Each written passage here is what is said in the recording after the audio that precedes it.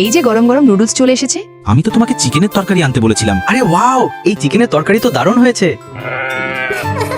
এটা ছেড়ে অন্য কোনো নাস্তা নিয়ে এসো।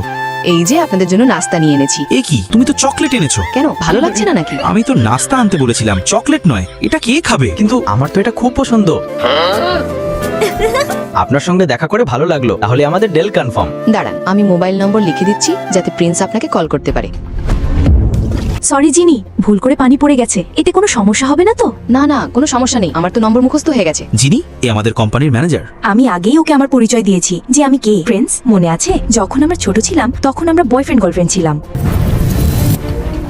প্রিন্স, আজ রাতে পার্টি আছে, আমাদের একসাথে যাওয়া উচিত। ফ্রেন্ডস, আমাদের পার্টিতে একসাথে যাওয়া উচিত। না জিনি, আজ আমি খুশির সঙ্গে পার্টিতে যাচ্ছি। তুমি মন খারাপ করো না, আজ রাতে আমি প্রিন্সের সঙ্গে পার্টিতে যাব। প্রিন্স স্যার, আপনারা একসাথে খুব সুন্দর লাগছে। আপনি তো সত্যি আমার অনেক প্রশংসা করলেন। ওদিকে দেখো, জিনির সঙ্গে প্রিন্স স্যার একদম ভালো লাগছে না।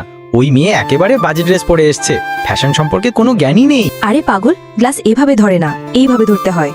এমন হাই প্রোফাইল রিচ পার্টিতে এইভাবে বাজে ড্রেস পরে আসা ঠিক না। এই কাপড়টা দেখতে খুব সস্তা লাগছে, আর তোমার চুল একেবারে বাজে লাগছে।